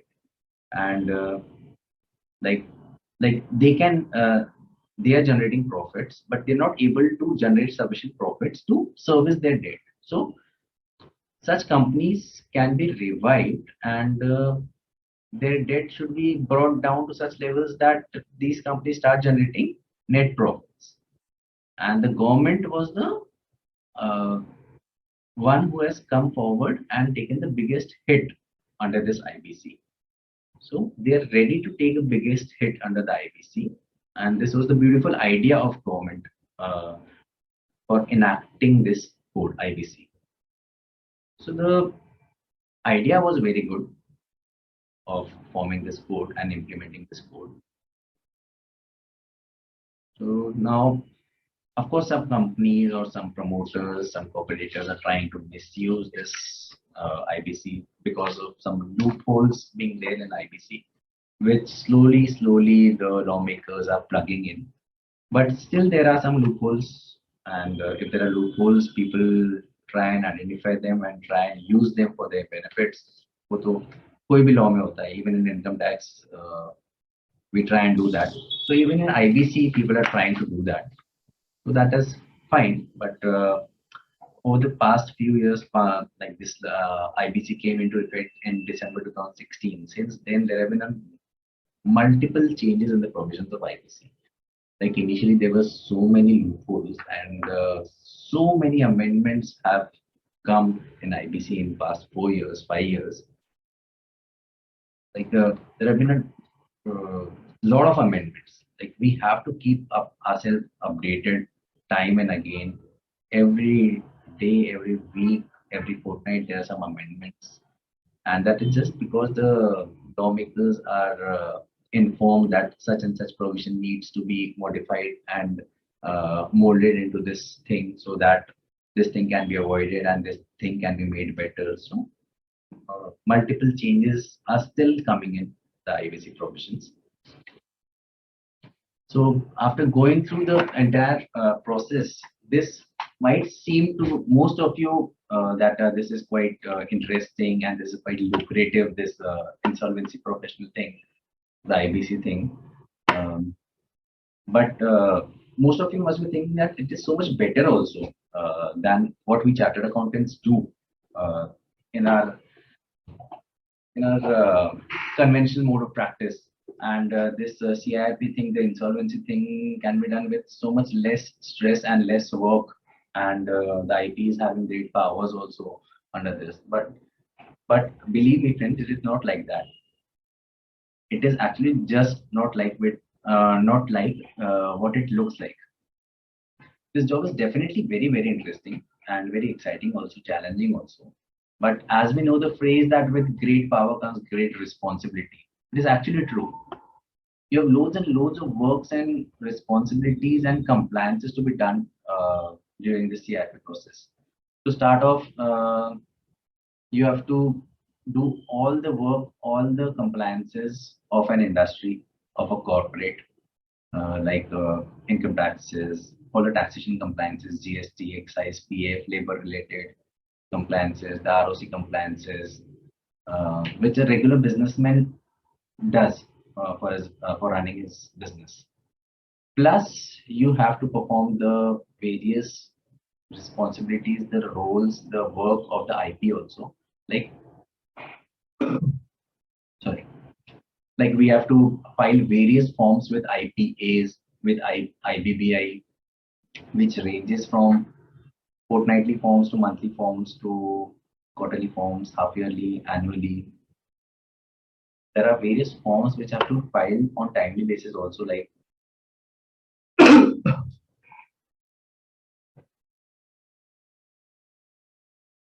we have to file various forms within 3 days of such activity, like appointment of values within 3 days आपको एक form file करना है, appointment of any professional, publication of this thing within 3 days, within 5 days, this form has to be filed. So there are various forms also to be filed on activity based also. Plus we have monthly progress reports to be filed with court NCLT for every matter. Lot more compliances, which actually are very difficult to comply with all the compliances. But there are lot more compliances, and these forms which we have to file, these have to be filed for every matter separately.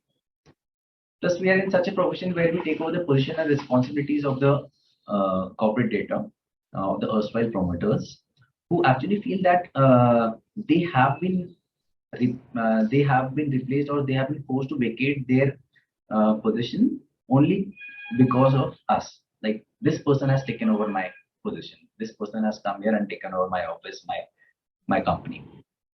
So obviously he feels bad, and he, in most of the cases, he's having a bad feeling about us being appointed and being in his place. So then there are operational creditors who feel that, okay, this person is there now taking care of the affairs of the company. This person will help us and recover our dues pending with the company, and he'll pay our dues. So they start believing that this person will be paying our dues. So they also start having hopes with us. But ultimately, you're not able to pay their dues to them, the operational creditors or any other person, because you're bound by certain rules and regulations of IBC. You cannot make any payment to any of the creditors who are having their dues before the commencement of CIRP. So ultimately, they all are unhappy with you. So mostly people are unhappy with you and are waiting to find a loophole in your work so that they can file a complaint against you. They can take you to court or any other legal authority. And once they do, then you have to face some music from IBBI, from NCLT, from IPA, or any other regulatory authority, even the local police stations.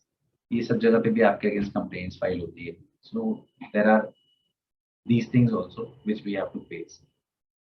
Then the disciplinary actions, uska bhi dar rehta hai. There are many such things. The primary rule is that you have to do all the compliances, and you have to create a trail also of all the compliances you have done in the matter. So that is your job. Then in addition to this, there are other inherent risks also in this profession. I'll share some of my experiences with you regarding a police complaint in one of the matter. The creditors, all the creditors actually do not understand the law precisely. Basically, the labor or the labor staff, they do not actually know what the law is of IPC. They feel that they have filed a claim with the RP, and now the RP will process their claim and will make the payment. So they normally wait, probably say for 180 days or 270 days. But what has happened in this year in this IBC, things are getting delayed actually because of lack of machinery at NCLT. चीजें delay हो जाती हैं. अभी COVID आने के बाद तो बहुत delay हो गई. So in one of the matters, my resolution plan approval process got delayed by say over 1.5-2 years. So the employees got furious. उनको लगा कि ये this guy is not letting the process go ahead. He's not allowing the court to approve the resolution plan so that their payments are can be made. And they just assume that this guy is also with the corporate debtor only, the erstwhile promoters only, and he's just delaying the process. तो उन्होंने मेरे against एक दूसरी city में छिंदवाड़ा में police complaint file कर दी. And the police authorities called me up and कि आप आइए हमारे FIR has been filed against you. So I told them that I cannot come over there, that you have to service me a copy of the FIR and they can send the copy of FIR at the local police station. I'll go there and see what FIR is about and I'll give my statement. So they said no, आप आइए. एक बार, दो बार, तीन बार call आ गया, मैं गया नहीं. चौथी बार उन्होंने मुझे बोला कि आप आ रहे हैं कि हम आए आपको लेने. Then ultimately I had to go. मैं गया वहाँ पे, I explained to them, they said no. आप डिले कर रहे हैं सर प्रोसेस को, तो आपके अगेंस्ट हम ऐसा एक्शन लेंगे. अल्टीमेटली मुझे उनको समझाना पड़ेगा कि सर आप फिर से एक्शन लेंगे तो मुझे आपको कोर्ट ले जाना पड़ेगा. Like I am doing my duties, but police वाले भी समझ नहीं रहे चीज. उनके पास FIR फाइल हो गई, किसी ने कर दिया, they accepted which they didn't have the jurisdiction. But ये सब चीजें होती है. In another matter, the company का resolution नहीं हुआ, liquidation में चली गई. So whenever company goes into liquidation, the employees and staff, they don't get their claim amount. Actually उनका बहुत reduce हो जाता है. So in one of the companies जहाँ पे liquidation में चली गई, one of the employees, one of the labor got so furious and so upset with me that he called me कि सर मेरा पैसा मुझे नहीं मिल रहा है, मुझे कितनी प्रॉब्लम हो रही है, मैं कितना गरीब हूँ, मेरे फैमिली कितनी सफर कर रही है. Then it took a different angle कि सर आपके भी तो बीवी है, आपके भी बच्चे, अब आप सोचो उनको कुछ हो गया तो क्या कर लोगे आप. मतलब वो कितने परेशान है, तो कोई भी परेशान होते में कुछ भी बोलता है, करता है. Then I immediately disconnected the call and I recorded it in my logbook कि भी ऐसा हुआ है. बस there's nothing much you can do. Then there are good experiences also. In one, I'll share one incident wherein I was appointed in place of the erstwhile IRP. He was replaced, I was appointed. And when I got appointed, I realized that already 180 days are over. The appointment was delayed with NCLT. So 180 days were over. And I saw that the erstwhile IRP has not even prepared the information memorandum, which was to be prepared within 54 days. So अभी तक IMB prepare नहीं हुआ है. Form जी कैसे publish करेंगे, कैसे applicants को लाएंगे, प्रोस्पेक्टिव बायर्स को. मैंने पूछा यार, why have you not prepared the IM? He said, how can I prepare the IM? I don't have any information about the company. The promoters are not cooperating. I have filed an application with NCLT for non-cooperation also. Then I went to the erstwhile promoters. I asked them, what is the issue? Why you're not cooperating? Like, this is a process wherein they can get discharged from their dues and everything. They said कि अरे वो erstwhile IRP is behaving like he is the Raja, he is the king, he is the boss. और वो हमको ऐसे treat कर रहे हैं जैसे we are the somebody from the street. हमको तो गिन ही नहीं रहा है, लाइक हमको ऐसे ट्रीट कर रहा है. तो बोले हम इसको कुछ भी नहीं देंगे, कुछ भी हो जाए, will not share anything with this guy. Process भी खत्म हो रहा था, then I made them realise कि सर ऐसा नहीं है। तो उनसे अच्छे से बात किया, सब किया, they said okay will share everything with you. They extended there full cooperation and in next 4 to 5 months I got that case successfully resolved also. So it was just a matter of giving them some respect, just the mode of different mode of talking with the promoters. So thoda unko respect agar provide kar, they were so happy that they extended all cooperation and the matter was successfully resolved. In one of the matters, the company ka managing director tha, that was a listed company. The managing director of the company welcomed me at the time of taking physical possession. Bouquet, floral bouquet and सब देके फिर अपना cabin मुझे दिया कि sir आज से ये आपका। एंड आई टोल्ड हिम ये तो आपका ही कैबिन है, ये मतलब यहाँ हम थोड़ी रहेंगे, मुझे तो एक दूसरी स्पेस दे दीजिए, एक क्यूबिकल दे दीजिए। Then he gave me another cabin and he was so happy कि मतलब वो उनका प्रोसेस भी हो गया, रिजोल्यूशन भी हो गया, and still he gives so much respect to us, to me and my team. आज भी वो इतने रिस्पेक्ट देते हैं। तो in most of the matters the promoters also just need some respect and some cooperation from the IP. So they also extend their cooperation. Even they know that under this process, their liabilities will be wiped off. They'll be relieved of all the stress they have been going through in the past years. So it is basically, the point is that there are various things waiting for us to come during this CIRP process. We have to face many situations and we have to deal with every situation as it comes to us. Every case gives us a something new to learn, and I think so it is all about learning only. Life is a continuous learning process, isn't it, friends? So this is all about the corporate insolvency resolution process. So anybody is having any questions regarding this CIRP, so they may please come up with the same, any queries which I can address.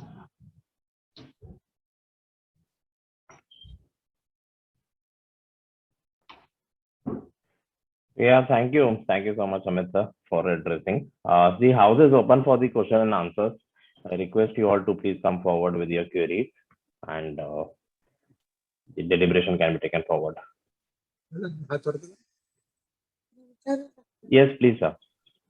Yes, Anirudh sir. Yeah, sir, can you hear me? Yes, sir, Yes, I can.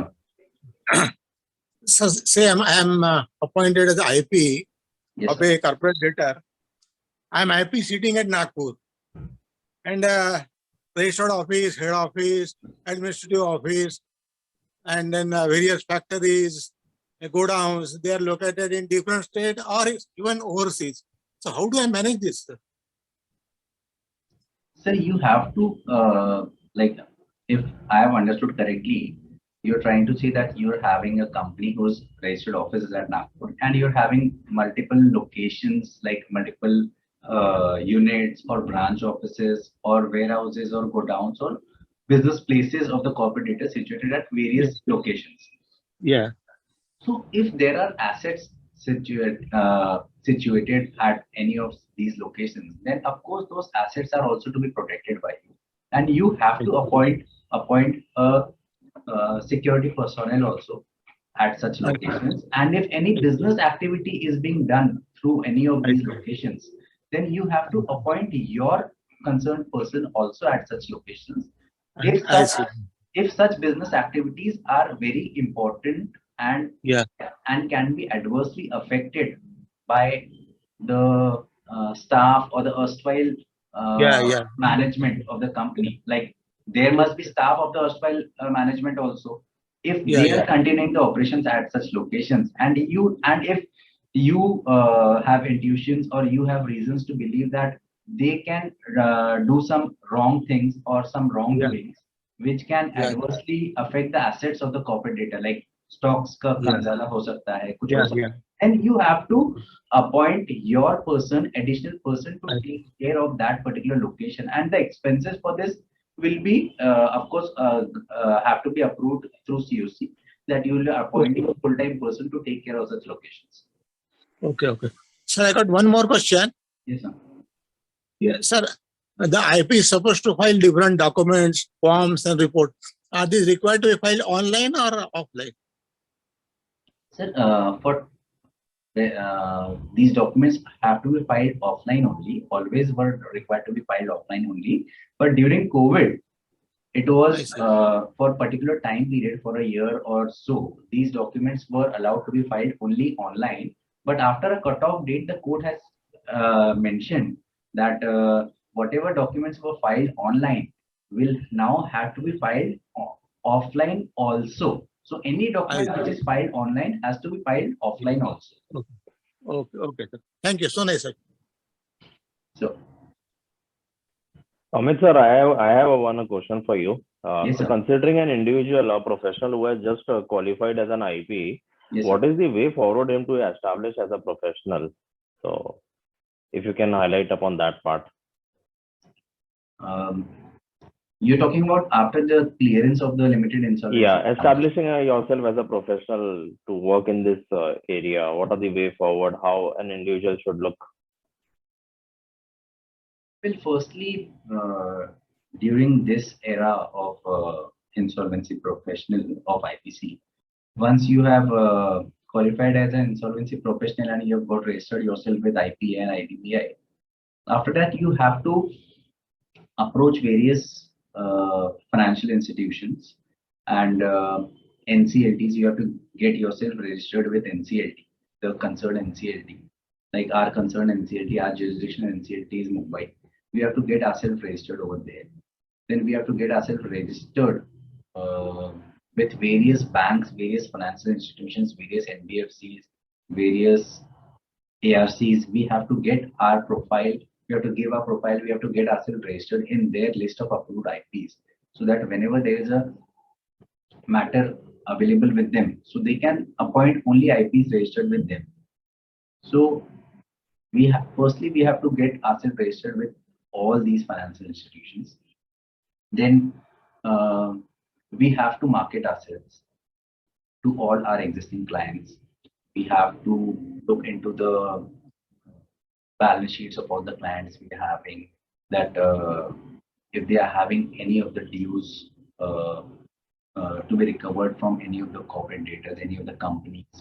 So if we come across any such thing, then we should approach that client. So आपके बहुत dues दिख रहे हैं यहाँ से लेने के. So we have to study all these the businesses of our clients also, and we have to make them aware that we are now into this profession also. We can help them recover their dues from any of such companies also. We have to keep these our clients aware of the laws of insolvency, because this is an emerging law. IBC is an emerging law, and trust me, it is a very, very dynamic law. And these companies are actually frightened of this law also. Like they are now keeping their dues towards any party below 1 crore, so that if they're having good running business and their intention is for non-payment, so they're taking care that their outstanding towards any party is not more than 1 crore, because there are chances of that party taking the company into insolvency. So the companies are not defaulting in payment of the due. They are actually worried about this law. So any wrong company, any company whose intention is not good, so this law is against that company. This law is for doing peaceful business with such companies. And also, what are the risk-prone areas with respect to the professional misconduct? Like, what are the chances you fall into kind of a trap or a pit where you get into a professional misconduct? Well, that is a very, very broad question, I would say. Broad question, I would say. And as insolvency professional, as IRP, as RP, as liquidator, you are prone to many such areas wherein you can be framed into a wherein you can fall for any kind of misconduct. You can fall into trouble because of any compliances not done by you, or because there are n number of things to be completed and performed and taken care by the IP during CIRP process.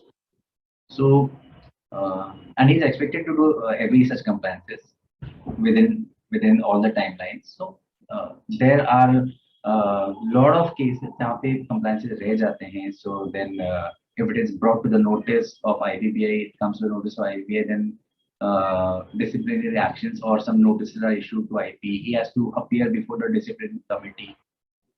He has to give his explanations, and if IBBI if the committee is satisfied that okay, this thing was missed out, but he complied on it later on, तो कुछ penalties के साथ छोड़ देते हैं. Otherwise 3 महीने 6 महीने साल भर के लिए suspend भी कर देते हैं.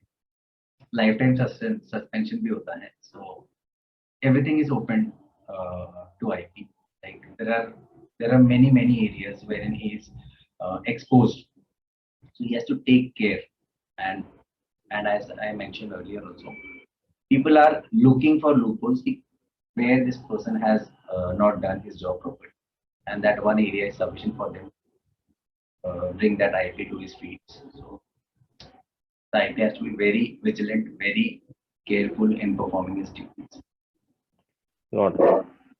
Thank you so much for addressing. I think we are done with the queries, and I'm very much thankful to you, Amit Poddar sir, for coming to the platform of the Nagpur branch of ICA and addressing the members at large. I'm sure today's deliberation has been very insightful to the participants.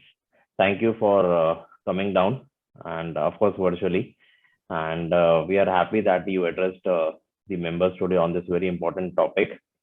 Thank you once again. And I, at the same time, thank all the members who joined in the large numbers and benefit from the today's session. Looking forward you all to participate in the future sessions planned up. So next Saturday we have CA Nirja Karthik who would be addressing on pre-packaged insolvency. And also to make a note, see, we have made specifically a WhatsApp group where all the members who are keen or are practicing in this insolvency and bankruptcy code along with valuation can be part of that WhatsApp group. We would be interacting on this topic. So you can contact any of the managing committee members of Nagpur branch of ICA to be a part of that WhatsApp group. So with this, I will conclude the session, and thank you one and all for joining this session.